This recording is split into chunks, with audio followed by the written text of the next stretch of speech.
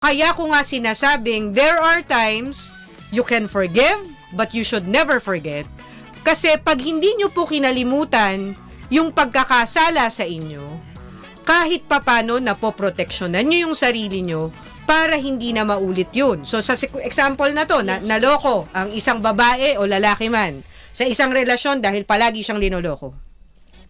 Pag hindi niya kakalimutan yung mga pagkakamaling ginawa sa kanya, panlolokong ginawa sa kanya. Yes, coach. Makakatulong yun sa kanya na this time around, pag nakikita kong medyo nanlalamig na to sa akin, hindi na ako dinedate, hindi na ako pinapahalagahan, hindi na sweet sa akin, mas magiging vigilant ako. Baka nagloloko na naman to. Yung hindi pagkalimot na yun dun sa kasalanan ay in a way helps you come up with strategies to protect yourself. Tama po. Pero dito po sa practical power, hindi naman po namin kayo ine-encourage na maging matigas ang puso, no?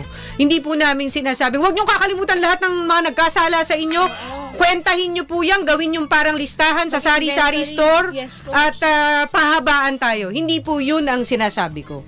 Meron lang po rin kasing kabutihan na hindi natin nakakalimutan yung mga pagkakasala na ginawa sa atin. Sa dahilan na part din po yan ng self-importance and self-respect.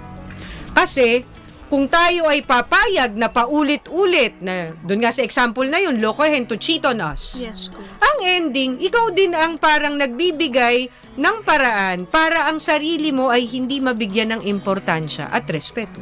Tama, coach. Diba? Dapat wag nilang kalimutan yung lesson na nakuha nila from that Exactly. mistake. Pero, kaya nga po, ang sinabi ko, uulitin ko po, forgive and sometimes Yes. don't forget. Yes. Sometimes lang naman.